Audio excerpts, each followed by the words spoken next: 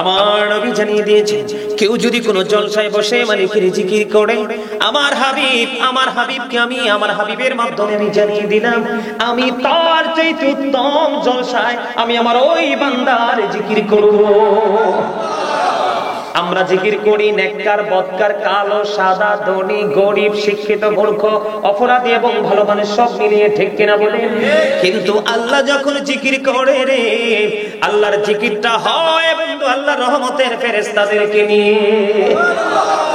বান্দা যখন জিকির করতে করতে আল্লাহর দিকে 1 বিঘা পরিমাণে গিয়ে যায়, আল্লাহ বলেছে হাবিব আপনি জানিয়ে দেন আমি আমার ওই বান্দার প্রতি 1 গজ পরিমাণে গিয়েছি। আমার বান্দা যখন আমার দিকে 1 হাত পরিমাণে গিয়ে আসে, হাবিব আপনি জানিয়ে দেন আমি আমার ওই বান্দার দিকে 2 হাত পরিমাণে গিয়েছি। আমার বান্দা যখন জিকির করতে করতে আমার দিকে হেঁটে হেঁটে আসতে চায়, আমার বান্দা আমার কাছে হেঁটে হেঁটে আসার আগে আগে আমি আবার বান্দার কাছে দৌড়ে চলে আসি। জোরে জোরে বলুন না সুবহানাল্লাহ। বন্ধুরে আমার ফাযকুরুল্লাহ কিয়ামান, তোমরা দাঁড়িয়ে আল্লাহর জিকির করো, ও কুউদান বসে আল্লাহর জিকির করো, ও আলা যুনুবিকুম শুয়ে শুয়ে আল্লাহর জিকির করো। তারপরে আল্লাহর জিকির থেকে তোমরা দূরে থেকো না। কারণ হলো বলে হুজুর জিকির থেকে দূরে থাকলে কি হবে গো, জিকিরের সাথে যুক্ত থাকলে কি হবে? আমার আল্লাহ জানিয়ে দিয়েছেন হাবিব আপনি জানিয়ে দেন, জিকির যারা করে এবং জিকির যারা করে না, ওই দুইয়ের মধ্যে পার্থক্য হলো জীবিত এবং মৃত ব্যক্তির নাই। যারা জিকির করে না তারা হলো মৃত, আর যারা জিকির করে তারাই হলো জিন্দা। জিকির এটা কি আমার কত মধুমাখা জিনিস জানেন? আল্লাহ ঈমানদারদের ডাক দিয়েছেন, কোন বেঈমান কাফির মুশরিককে ডাক দেননি। কারণ মুনাফিকদের জন্য সবচেয়ে জাহান্নামে নিকৃষ্ট জায়গাটা বরাদ্দ। ইন্নাল মুনাফিকিনা ফি দারকিল আসফালি মিনান নার, the hypocrites will be in the lowest place of hell। মুনাফিকরা জাহান্নামের একেবারে সর্বনিম্ন জায়গায় থাকবে। আমার বাসা আমার মা বলছে, আজকে যখন মাহফিলে রওনা দিয়েছি কত লোক ফোন দিছে, আমি বললাম যে মাহফিলে যাচ্ছি। মাহফিল হবে? আমি কই অবশ্যই হবে। কারণ কি জানেন? আল্লাহ রাসূল বলেছেন আল্লাহর বান্দা আল্লাহকে নিয়ে যেমন চিন্তা করবে, যেমন ভাববে, আল্লাহ বলেছেন হাবিব আপনি জানিয়ে দেন আমি ওই বান্দার কাছে ঠিক তেমনই। সুবহানাল্লাহ। কথা কি বুঝে আসছে? এটা হাদিস শরীফের কথা। আল্লাহ কি বলেছেন? হাবিব আপনি জানিয়ে দেন আমার বান্দা আমাকে যেমন মনে করবে ঠিক আমি সেই বান্দার কাছে ঠিক তেমনই। আমার আত্মবিশ্বাস ছিল বৃষ্টি থাকবে না। আমি তো আপনাদের এরিয়াতে ঢোকার আগেই তো বৃষ্টি বন্ধ। এটা কে করেছে? কারণ আল্লাহ নিজে কথা দিয়েছে। কি দিয়েছে? আমার কথা শুনেন, আল্লাহ কি দিয়েছেন? কথা দিয়েছেন। কিভাবে কথা দিয়েছেন? আমার দিকে তাকান। একেবারে সবার পলকহীন দৃষ্টি থাকতে হবে আমার দিকে। কোন দিকে? কথা বলেন, কোন দিকে? আমার দিকে। যদি মনে করেন যে না আপনার দিকে তাকাবার সময় নাই, তাহলে আপনার এখানে বসে থেকেও লাভ নেই। কারণ হক্কানি আলেমদের সাথে প্রেম ভালোবাসা। আল্লাহ রাব্বুল আলামিন বলেছেন কি জানেন? আল্লাহ বলেছেন join with my dear people come to my paradise. আল্লাহ বলেছেন join with my dear people, তোমরা আমার প্রিয় লোকেদের সাথে যুক্ত হও। কাম টু মাই প্যারাডাইস, আমার জান্নাতে চলে আসো। ফাদখুলি ফি ইবাদি ওয়াদখুলি জান্নাতি। আল্লাহ বলেছেন আমার প্রিয় লোকের সাথে যুক্ত হও আর আমার জান্নাতে চলে আসো। প্রিয় লোকগুলো কারা? হক্কানি আলেম এবং হক্কানি আল্লাহর ওলিরা। সুবহানাল্লাহ। সুবহানাল্লাহ বলতে পারেন না? আরো জোরে বলেন সুবহানাল্লাহ। আরেকটু মহব্বতে।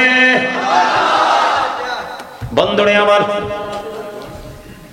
হযরত উবাইদুল্লাহ রাদিয়াল্লাহু তাআলা আনহু তিনি আমার নবী আপনার নবী দুল জাহানের বাদশা নবী সরকারে মদিনাকে প্রশ্ন করলেন, ইয়া রাসূলুল্লাহ সুবহানাল্লাহর মানে কি? আমার নবী বলেছেন সুবহানাল্লাহর মানে হলো রে পৃথিবীর মধ্যে যা কিছু আছে সব কিছুর চাইতে পবিত্র সেটাই হলো সুবহানাল্লাহ।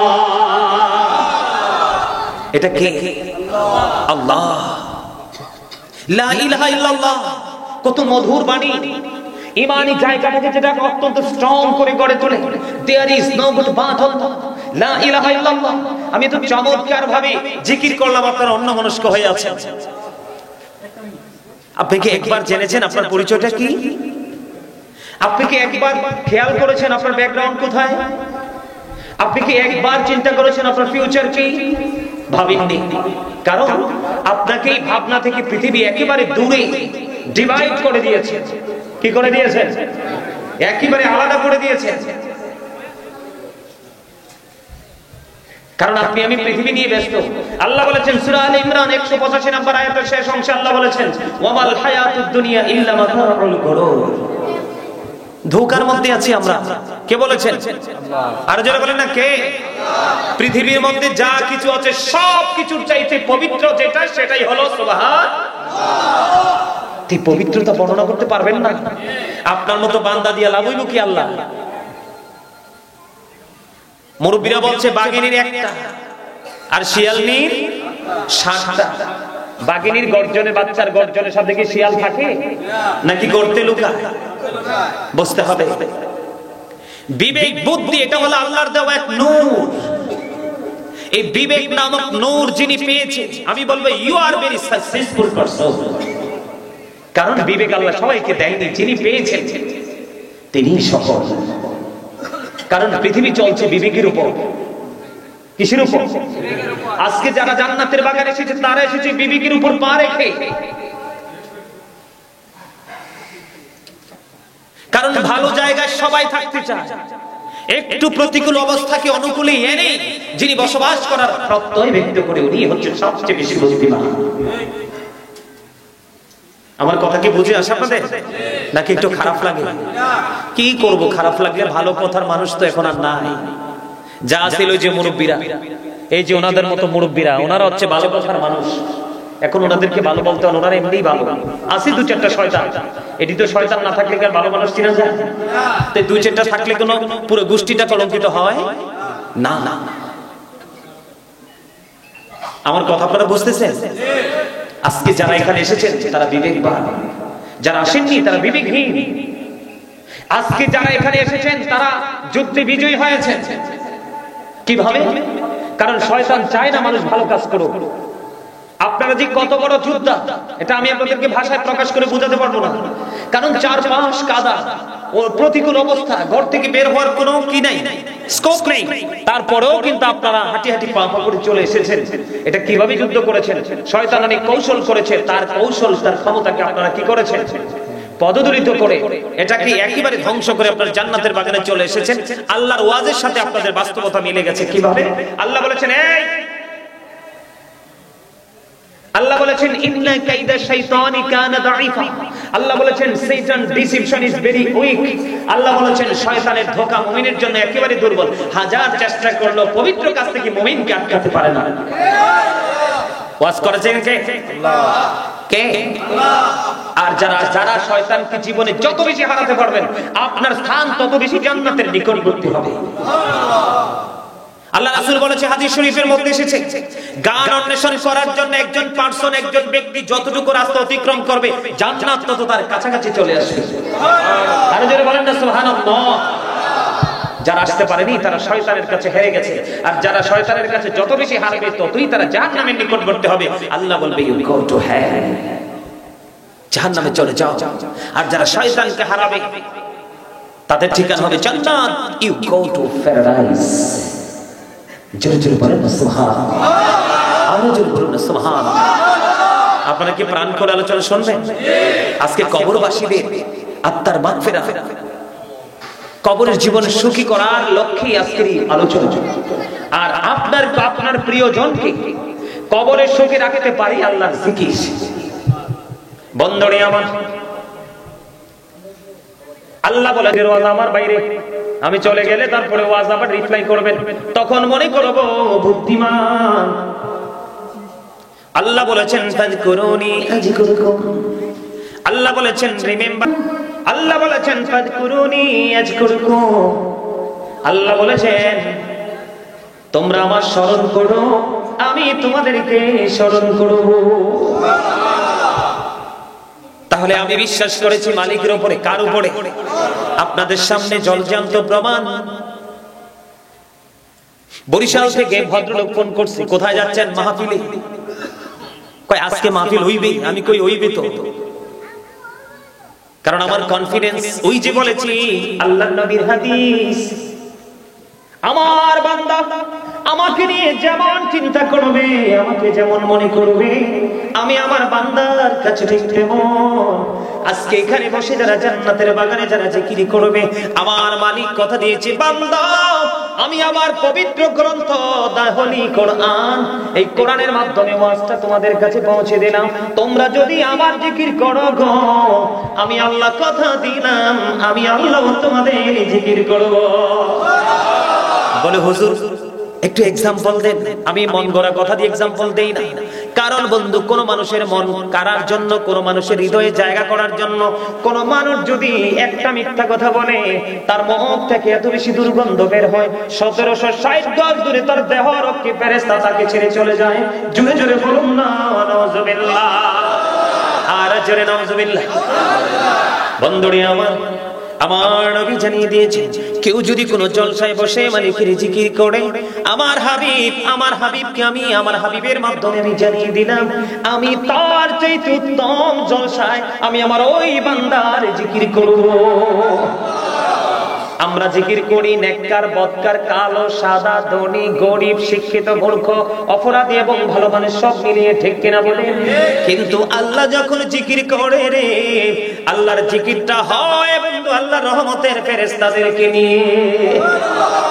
বান্দা যখন জিকির করতে করতে আল্লাহর দিকে 1 বিঘা পরিমাণে গিয়ে যায়, আল্লাহ বলেছে হাবিব আপনি জানিয়ে দেন আমি আমার ওই বান্দার প্রতি 1 গজ পরিমাণে গিয়েছি।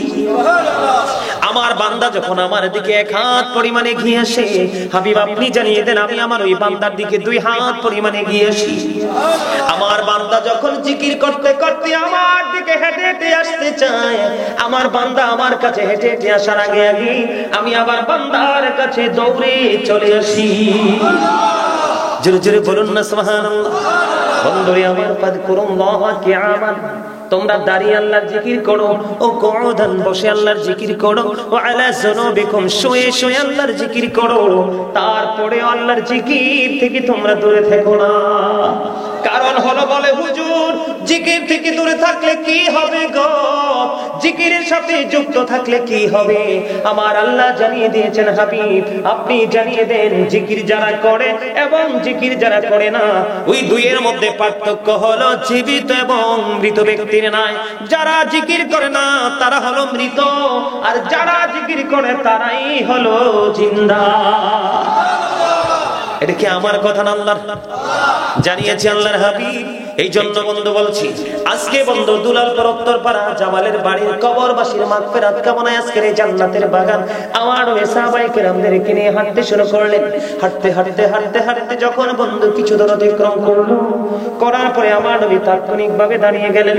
আমার নবী যখন তাৎক্ষণিকভাবে বন্ধু দাঁড়িয়ে গেল, দাঁড়িয়ে যাওয়ার পরে এবার আমার নবী কি করলেন, দাঁড়িয়ে বন্ধু কি করলেন, পাশে খেজুর গাছ থেকে একটা খেজুরের ডাল ভাঙলেন, খেজুর ডাল 2টা টুকরা করে 2টা কবরের উপর গেড়ে দিলেন। ইয়া রাসূলুল্লাহ, ইয়া হাবিবাল্লাহ, নবী গো, খেজুরের ডাল কেন 2টা কবরের মধ্যে গেড়ে দিলেন? আমার নবী বললেন 2টা কবরের মধ্যে ভয়ঙ্কর আযাব চলতেছে, 2টা খেজুরের একটা খেজুর ডাল ভেঙে 2 টুকরো করে 2 কবরের মধ্যে গেড়ে দিলাম। তার মানে হলো যতক্ষণ পর্যন্ত এই ডালগুলো সবুজ থাকবে ততক্ষণ মালিকের জিকির করবে, আর জিকিরের ফজিলতে কবরবাসীর কবর আযাব আবার আল্লাহ মাফ করবে। জিকিরের ফজিলত আছে না নাই? জিকির করলে লাভ না লস? বন্ধুরে আমার, তবে জিকিরটা এমন ভাবে করতে হবে, জিকির কিন্তু মুখ দিয়ে করা যায়, অন্তর দিয়ে করা যায়। আল্লাহর হাবিব বলেছেন জবান এবং কলবে দুটো মিলিয়ে যে জিকির করা হয় এটাই হলো সবচেয়ে উত্তম জিকির। আর জোরে বলুন না সুবহানাল্লাহ। এটাই হলো সবচেয়ে উত্তম জিকির। আল্লাহর হাবিব বলেছেন তোমরা এমন ভাবে জিকির করো যেন তোমাদেরকে মানুষ দেখলে পাগল বলে। আব্দুল্লাহ ইবনে বুসর রাদিয়াল্লাহু তাআলা আনহু থেকে হাদিস বর্ণিত, তিনি বললেন আমি আমার প্রাণের নবীকে ডেকে ডেকে বললাম ইয়া রাসূলুল্লাহ, ইয়া হাবিবাল্লাহ, নবী, নবী গো, আমার জন্য ইসলামের বিধি বিধান তো অনেক হয়ে গেছে। কি হয়ে গেছে? আমার জন্য ইসলামের বিধিবিধান অনেক হয়ে গেছে, ইয়া রাসূলুল্লাহ আমাকে স্পেশাল কিছু আমল দেন। আমার নবী তখন তার দিকে ইঙ্গিত করলে, ইঙ্গিত করে জিকিরের অনুমতি দিলেন। তুমি জিকির করে করে তোমার এই জিহ্বাটাকে সিক্ত রাখো, কারণ তুমি যদি পৃথিবীতে জিকির করো, আল্লাহ তোমার চাইতে উত্তম জায়গায় তোমার জিকির করবে। আল্লাহ যদি কারো জিকির করে, জিকির শব্দের বাংলা হলো স্মরণ করা, ইংলিশে যেটাকে বলা হয় রিমেম্বার।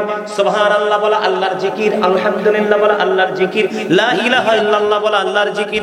কাউকে বন্ধু সৎ কাজের দিকে ডাকা, এটাও আল্লাহর জিকির। কাউকে অসৎ কাজ থেকে দূরে রাখার চেষ্টা করে, এটাও আল্লাহর জিকির। যেমন আজকের এই জলসাটা হলো জিকিরের জলসা। মনে রাখবেন, যে আমলটা একই জায়গায় দাঁড়িয়ে এবং বসে সম্পূর্ণ করা হয়, এটাকে বলা হয় জলসা। আর যেই আমল বিভিন্ন জায়গা পরিদর্শন করে সম্পূর্ণ করা হয়, ওইটা হলো জিকিরের জুলুস। যেমন নামাজ হলো আল্লাহর জিকিরের জলসা, যেটা একই জায়গায় দাঁড়িয়ে এবং বসে সম্পূর্ণ করা হয়। জিকিরের জুলুস হলো হজ, যেটা বিভিন্ন জায়গা পরিদর্শন করে করা হয়। জোরে জোরে সুবহানাল্লাহ। আল্লাহর হাবিব জানিয়ে দিয়েছে, বিশেষ করে মুরব্বী বাবাদেরকে বলছি, এটা তাদের সিনায় বেশি জায়গা পাবে, কারণ তাদের অন্তর আল্লাহ রাসূলের প্রেমে ভরা। বর্তমান প্রজন্মের যুবক যুবতী ম্যাক্সিমামই তাদের অন্তর নোংরামি, আত্মগরিমার হিংসায় ভরা। ঠিক যুবকরা, তোমরা বলছো এটা ঠিক, ইউ আর রাইট। কি কথাটা ঠিক না? তোমাদের মাথার চুলের দিকে তাকিয়ে দেখো, ইহুদি স্টাইলে চুল কাটা। তোমাদের পরনের পোশাকটার দিকে তাকিয়ে দেখো, তোমার প্যান্টটা নাভির নিচে। প্যান্টটা কোথায়? তোমরা হেসো না, তোমাদেরকে এই পোশাক জাহান্নাম পর্যন্ত বুখারীতে এসেছে। যে যুবক বা যে ঈমানদার পুরুষ বেঈমান কাফের না, কারণ আল্লাহ বলেছেন উরিদ্দাত লিল কাফিরিন, কাফেরদের জন্য আল্লাহ জাহান্নাম বরাদ্দ করে রেখেছেন। কি বরাদ্দ করে রেখেছেন? You have to go to hell, তাদেরকে চলে যেতে হবে জাহান্নামে। সবচেয়ে ভয় হলো ঈমানদারদের। কার? এরা অনন্তকাল জাহান্নামে থাকবে। আল্লাহ বলেছেন লিবাসুত তাকওয়া যালিকা খায়র। তোমরা জুমা পড়তে যাও না? ম্যাক্সিমাম ছেলেরা জিন্স প্যান্ট পরে জুমার নামাজ পড়তে যায়। আজকের এই মাহফিলকে সাক্ষী রেখে বলে গেলাম, আমি হয়তো এখানে আর আসবো না বা আসতেও পারি, কিন্তু তোমরা মনে রাখবা, আগেই বলেছি এই ওয়াজগুলো বিবেকবানদের জন্য। তোমরা মনে রাখবা যুবক, জিব্রাইল বলেছে বৃষ্টির ফোঁটাগুলো গণা আমি জিব্রাইলের পক্ষে সম্ভব, কিন্তু যৌবনকালের এলেম, যৌবনকালের আমল গণা সম্ভব না। এটা এত বেশি পাওয়ারফুল। যৌবনকালের ইবাদতকে আল্লাহর কাছে এত বেশি পছন্দনীয়। বুখারী শরীফের মধ্যে এসেছে, যে যুবক ঈমানদার লুঙ্গি হোক, প্যান্ট হোক, পায়জামা হোক, ট্রাউজার হোক, সে উপর দিয়ে নাভির নিচে, নিচে দিয়ে টাকনোর নিচে পড়বে, বুখারীতে এসেছে সে জাহান্নামে যাবে। অনেকগুলো হাদিস এই বিষয় নিয়ে। আল্লাহ জুমার নামাজ পর্যন্ত তোমাদের বাতিল হয়ে যাবে। নাউজুবিল্লাহ। কারণ আল্লাহ রাব্বুল আলামিন বলেছেন লিবাসুত তাকওয়া যালিকা খায়র। আল্লাহ রাব্বুল আলামিন জানিয়ে দিয়েছেন আল্লাহর কাছে সবচেয়ে পছন্দের পোশাক হলো যেই পোশাকটা ফরজ করেছেন ঈমানদার পুরুষদের জন্য, যেটা উপর দিয়ে থাকবে নাভি বরাবর আর নিচে দিয়ে থাকবে টাকনোর উপরে। আজকে তোমাদের পোশাকটা উপর দিয়েও নাভির নিচে আর নিচে দিয়েও টাকনোর নিচে। মনে রাখবা, পুরুষের একটা হরমোন আছে, টাকনোর উপরে রাখতে হবে পোশাকটা। যেই পুরুষ কন্টিনিউ লুঙ্গি, প্যান্ট, পায়জামা টাকনোর নিচে পরবে, ওই পুরুষ যৌবনকালে পা রাখার পরেও সে যৌবনের শক্তি থাকবে না। কারণ এই জায়গাটাতে পোশাকটা টাকনোর নিচে পড়ার কারণে তার এই পবিত্র জায়গাটা, পবিত্র সক্ষমতাটাকে নষ্ট করে দেয়। নাউজুবিল্লাহ। এখন দেখবা মেয়েরা টাকনোর অনেক উপরে পড়ে, মেয়েরাটা থাকার কথা মাথা থেকে পা পর্যন্ত। এখন কতটা দুনিয়াটা বদলাইছে, কত নোংরামি আমাদেরকে হাতছানি দিয়ে রাখছে। পুরুষেরটা থাকার কথা না টাকনোর উপরে, পুরুষদেরটা নামছে টাকনোর নিচে। নারীদেরটা থাকার কথা টাকনোর একেবারে নিচে, পায়ের পাতা পর্যন্ত। মহিলারাটা একেবারে টাকনোর অনেক উপরে চলে আসছে। ওই মহিলারাও কিন্তু দুর্বল। জোরে জোরে নাউজুবিল্লাহ। নারীদের জন্য মাথা থেকে পা পর্যন্ত ঢাকা ফরজ, আর পুরুষের জন্য নাভি থেকে টাকনোর উপর পর্যন্ত ঢেকে রাখা ফরজ। এখন তুমি নিচে দিয়েও টাকনোর নিচে, উপর দিয়েও টাকনোর উপরে, এটাই তোমার জন্য গজব। বলে হুজুর এটা আবিষ্কার করলো কি? এই দেশের মুফতি মুহাদ্দিসরা কি দেখে না? অবশ্যই দেখে। এটাকে আবিষ্কার করেছে বেঈমান কাফের মুশরিকরা। যেমনি ভাবে তারা আমাদের হাত থেকে কোরআন শরীফ কেড়ে নিয়েছে, সকালবেলা প্রত্যেকটা বাড়ি বাড়ি, দাদা ভাই ঠিক না ঠিক, প্রত্যেকটা বাড়ির আঙিনায় কোরআন তেলাওয়াত হতো, প্রত্যেকটা বাড়ির আঙিনা আল্লাহর রহমতে ভরপুর থাকতো। এখন তারা কৌশল করে ইংলিশ মিডিয়াম কিন্ডারগার্টেন আবিষ্কার করে কিন্তু সকালে ফুরকানিয়া মাদ্রাসাকে মেরে ফেলেছে। আমরা মুসলমান এইদিকে এত কথা শোনা যায় কেন? এই কমিটি কোথায়?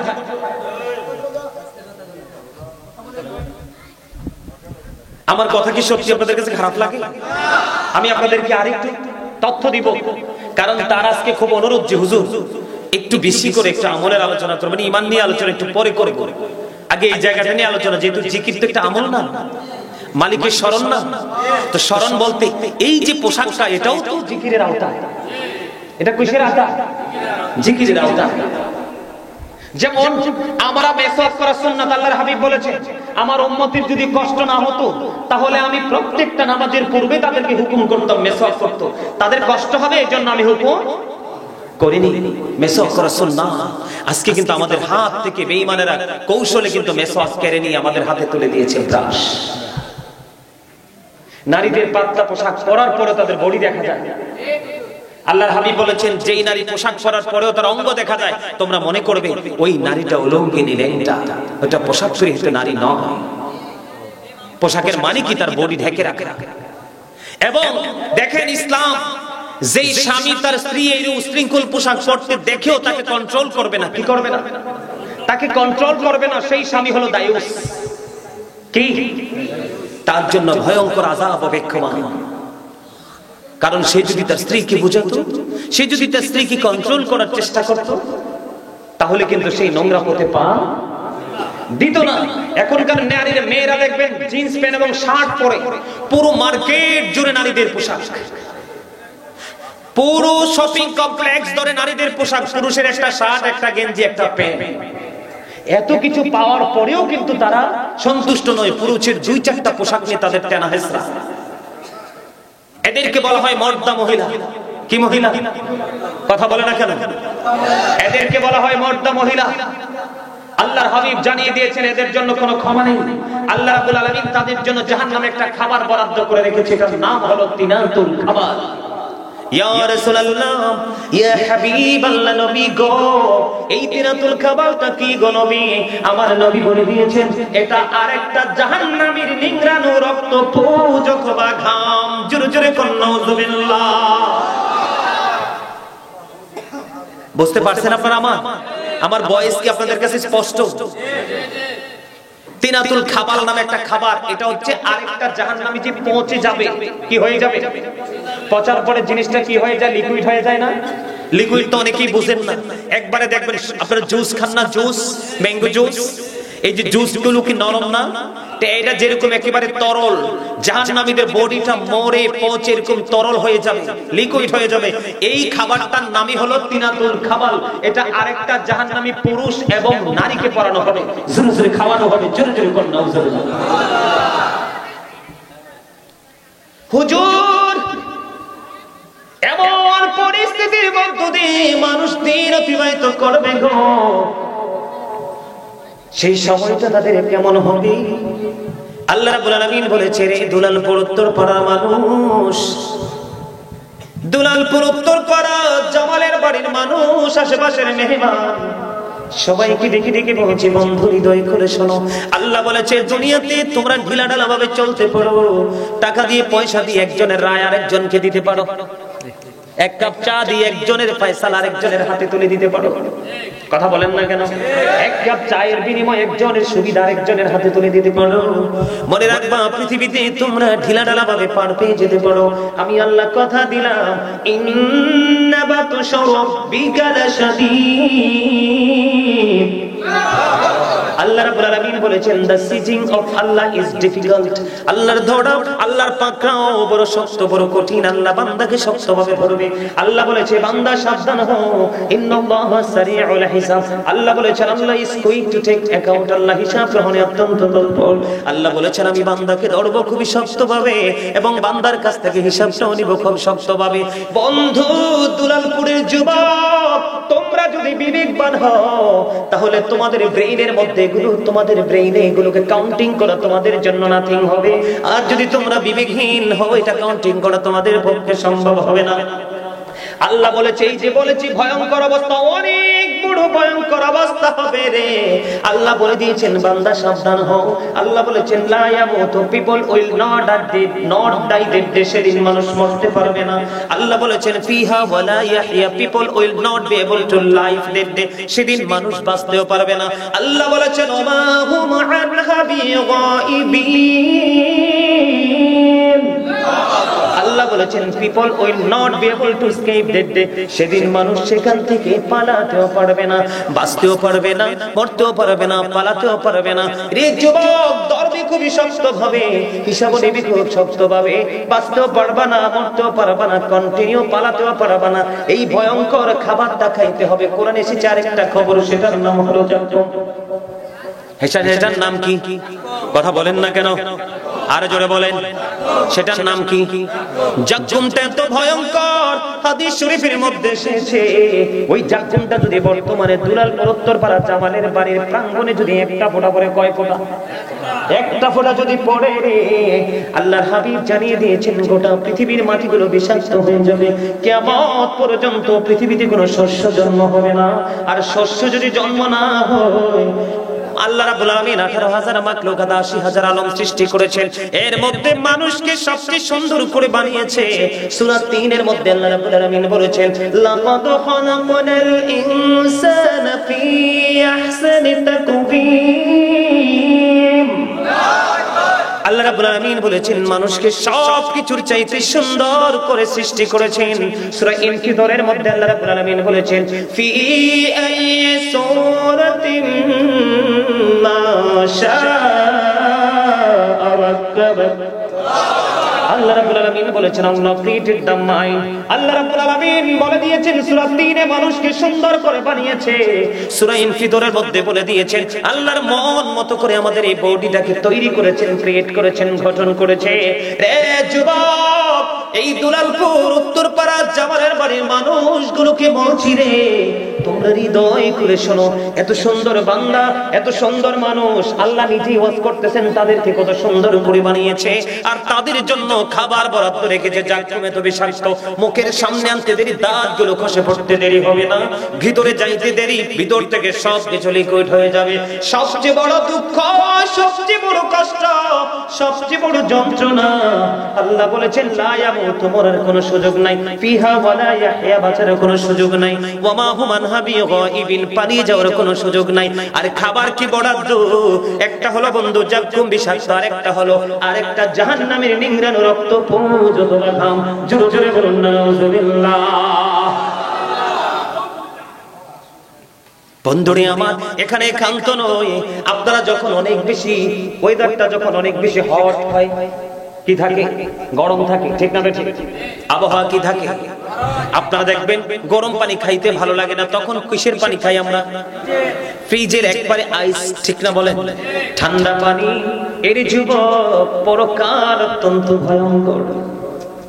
আমার মা, আমার বোনদেরকে ডেকে ডেকে বলবো গো, হৃদয় জানালা খুলে সবাই শোনো, অত্যন্ত ভয়ঙ্কর পরকাল আমার নবী জানিয়ে দিয়েছেন। আল কবর রাওজাতুম মির রিয়াদিল জান্নাতি আও হুফরাতুম মিন হুফারিন নার।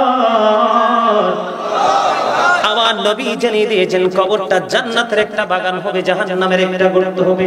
এখান থেকে বোঝা যায় জান্নাত কার জন্য হবে? যারা জিকির করনে ওয়ালা। আর যারা জিকির থেকে দৌড়ে, তাদের ঠিকানা সবচেয়ে বড় নোংরা, যেটা অবর্ণনীয় কষ্টের জায়গা, জাহান্নাম। বন্ধু, এই জন্য বলছি, যখন মানুষগুলোর পিপাসা লাগবে রে, ও যুবকের দল, পিপাসা লাগবে, আল্লাহর হাবিব জানিয়ে দিয়েছে এত গরম পানি তাদের মাথা দিয়ে ঢালা হবে। সব কিছু বন্ধু একেবারে গরম লাগলে কি পড়ে যায় নাকি আস্থা থাকে? কথা বলেন না কেন? স্কিন কি ভালো থাকে না কি হয়ে যায়? স্পয়েল, নষ্ট হয়ে যায়, ঠিক কিনা বলে? কে হয়ে যায়? সহ্য করা যায় না, ওই গরম পানি বন্ধু মাথা দিয়ে ঢেলে দেওয়া হবে। বাঁচতে পারবা না, মরতে পারবা না, পালাতেও পারবা না, ধৈর্য ধরতে হবে, কষ্ট